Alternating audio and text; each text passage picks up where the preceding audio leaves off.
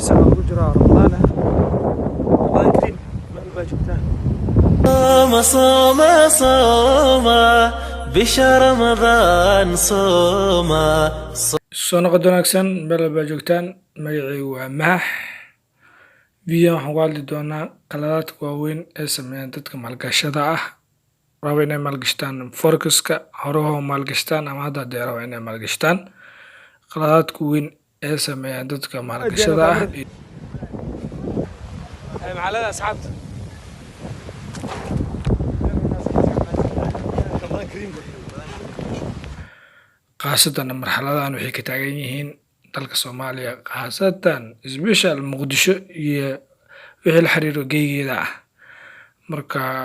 wax badan ka ugu qaladaadka ay sameeyaan dadka trade-ka sameeya iyo sidoo kale dadka maalgashada ah marka video waxaan ku hadli doonaa 4 qodobood oo qaladaadka ugu weyn forex-ka Soomaaliya ama dadka trade-ka ay sameeyaan forex-ka ah qaladaadka ugu weyn ay ka galaan marka la joogo trading forex-ka ee lacagaha sarifka qalaad qodobka koowaad waxa waaye starting without no knowledge ayagoon aqoon u lahayn wax badan aqoon oo dheeraad aan u lahayn cryptocurrency ama sidoo kale forex-ka si fiican wax ugu aqoonin inay bilaabaan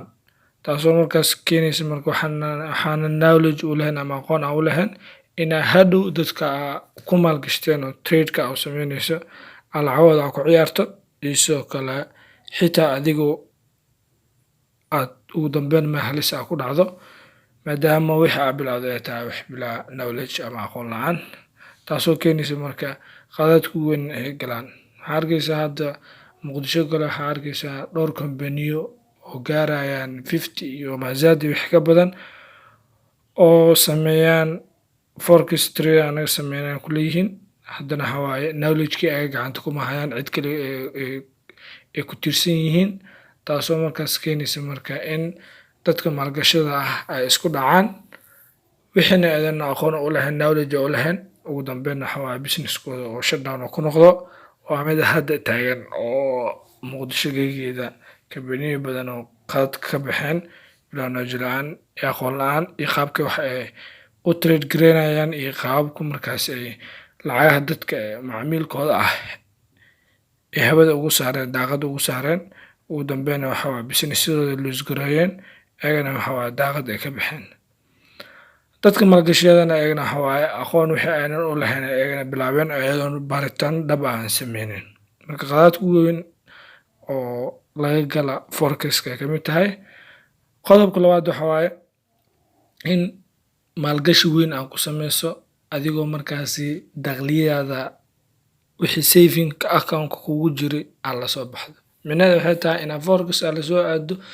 lacagahaaga oo dhan xil iyo xoolo aad ka haysatay oo saving ku ah oo keydinaysa hadda ay sidoo kale qaarkoodna waxay sameeyaan guryo ay leeyihiin ay soo gadaan si ay forex lacag u soo geliyaan ay u gashtaan si ay isdhahaan macaash fiican ka helaysiin qaarna waxa waaye diimay soo galaan oo bangiyada waaweyn ay kasoo deensadaan lacago si ay forex-ka u soo geliyaan taasoo marka ay ka mid tahay qaladaadka weyn laga galo ama dadka maalgashada ah ama dadka trade sameeyaba ay galaan kaasoo marka waxa waaye mar walba inaad ka fogaato haddaa markaas qof trade sameynaya forex hadaa tahay iyo haddii aad tahay qof oo investor ah weligaagana haddii wax aad maalgashanaysana only invest what you can afford to lose kaliya lacag adiga aad ka maaranto maalgashi la'aad any kind of business nooc walba ahaado forex ahaado ama business-da caadiga ah ee jiraba lacag xilli xoolo intaa ka haysatoo dhan oo qarash ah hal meel hal aadin ilaa waxay aadba maamaha Soomaaliya dhahaysaba dhammaan ukumahaaga oo dhan hal dalad ama hal qayb meel ah ku ridin si hadhow ukumahaas oo dhan ay kaaga jabaan waxaa sameysaa meelo kala duwan ukumahaaga dhigo haddii qaar ay jabaan qaar kale saa u badbaado marka haddii dhammaan lacagaha oo dhan haddaa hal meel la aado that's mean waxa waaye khasaaro weyn ku sugan tahay qaladaadka weyn ee laga galo cryptocurrency oo ka mid tahay iyo sidoo kale forex-ka qodobka saddexaad intaan gudagal lahayn qodobka saddexaad haddii channelka cusub tahay please subscribe hadda dheh sidoo kalena videoan like saar. waxa dhan waxa wada free waaye, xitaa contentiga macluumaadka videona oo xataa free lagu siinayaa. waayo marka subscribe aa u dhihi laadahay hadda subscribe dheh haddii aad video wax un aa ka fahantay ama lagugu soo kordhiyay. sidoo kalena waxa waaye asxaabtaada la wadaag. qaladaadka ugu weyn forex-ka dadka maalgashada ay sameeyaan. sidoo kalena waxa waaye dadka maalgashiga sameeya iyo dadka trade-ka sameeya labadoodaba qaladaadka ay galaan. qodobka saddexaad waxa waaye waxay trade gareeyaan ama trading ay ku sameeyaan ayagoon wax aynan qorsheynin. micnaheedu maxaa waaye qofka maanta sameynayo trade-ka sameynayo oo rabo inuu trade uu sameeyo wuu galay chartiga wixii dhan uu fiiriyey, haddana waxa waaye wixiina ma analyze gareynin oo ah marka la joogo forex-ka dadka trade-ka sameeya waxay sameeyaan laba analysis aa jiro, general ahaan technical analysis-ka iyo fundamental analysis-ka. in analyze galeyso waxyaabaha aasaasiga ah iyo sidoo kale marketka oo kale iyo marxaladaha suuqa ka taagan, lacagtan value ay leedahay, haddii aad sidaa sameyso saan waxay noqonaysaa. waa inaa markaas adiga aad ballan gareysaa. ama laakiin dadka investorska naftooda waxaa waaye inay ballan gareeyaan lacagaha markaas ay investmentiga ay ku sameysanayaan ee dadka ay ku maalgashanayaan.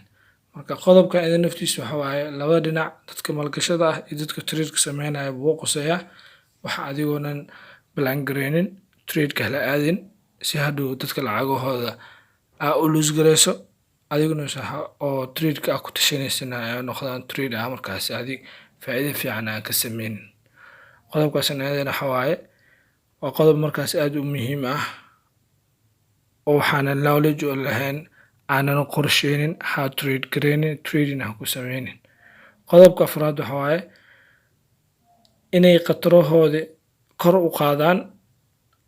2% wixii ka badan. kana waxa waaye qaladaadka ugu weyn hadda businessyada oo trade-ka ay sameeyaan ee down ay u noqdeen waa qaarkoodana suuqa ay ka baxeen, qaarkoodana ay ku dhow yihiin inay suuqa ka baxaan, ugu dambeyn waxa waaye albaabada la iskugu dhufto. micnaheedu waxa waaye xitaa haddaad trade sameynaysa xataa waxa waaye in riskiga khataraha 2% wixii ka badan aa ka badiso. micnaheedu waxay tahay adigoo og inaa halis u bureerayso lacagtaada aad online la aadayso oo aad soo trade gareynayso lacago oo currency ah, adigoo markaas analyze gareyso dhinac walba aa ka fiirisay, waxaa u bureeraysaa lacagtaada inaad profit faa'iido aa kasoo hesho ama inaad khasaaro kasoo hesho. waayo business walba waxa waaye profit ma lahan khasaarana wuu leeyahay. khasaaro marka adoo u bareerayo oo og inaa markaasi dadka kusoo maalgashtay aad dhahdo waxaa idin siinayaa 35 cisho kadib lacagtiina aad dhigateen 80% ama 70 idin siina. ayadana waxa waaye riski 2% wixii ka badan aa qaaday oo adigaaba trade-ka markaa online la aadayso riski u bareerayo dadka lacagahooda ayagana riskigaa sii gelisay oo 100% waxaan adigu awoodeeda authority-geeda knowledge-geeda wixii aanan lahayn 80 ku ballan qaaday. xitaa haddaa leedahay xataa percentage-gaas waxa waaye caalamka lama bixiyo dadka trade-ka ah professional-ka ah qaacido guud ay isticmaalaan jiraan ayaga naftooda ma bixiyaan. waxayna dhahaan qaacidada guud oo trade-ka marka la joogo la isticmaalo waxa waaye dhammaan dadka trade-yada sameeya 1% ayay faa'iidaan, 9% way lose garayaan.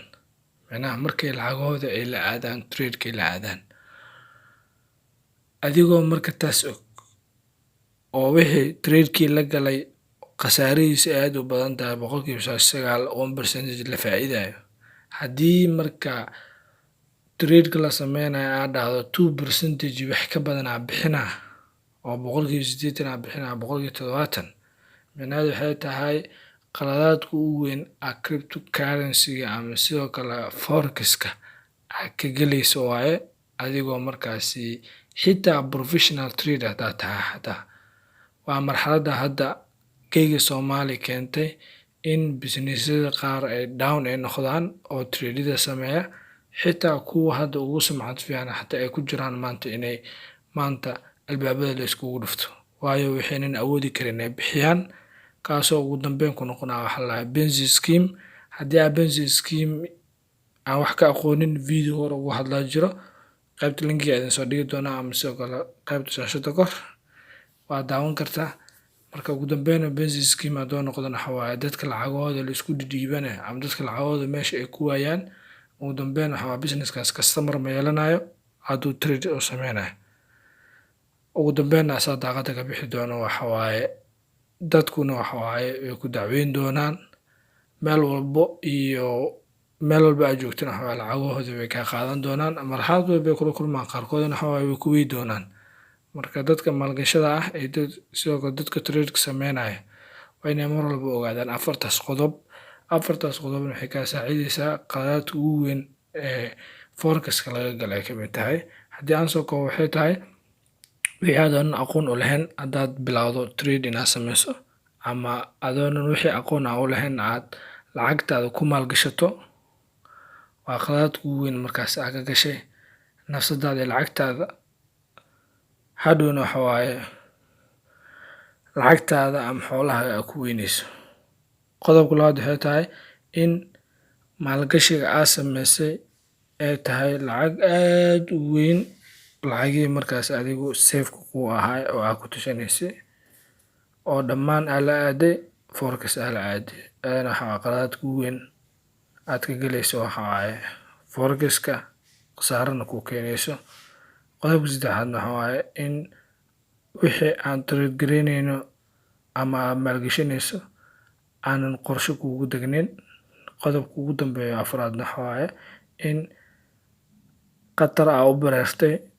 inaa marka dadka ku maalgashta aad siinayso 80% ama 70 adigoo og suuqa in laga helayo 1% kaasoo markaas halis ama khatar ku keenaya businesskaaga haddii aad markaas adigu trade aad tahay qof markaas trading professional for forex and cryptocurrency. intaas waa informationka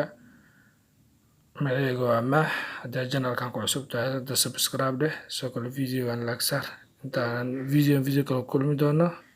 bye bye. رمضان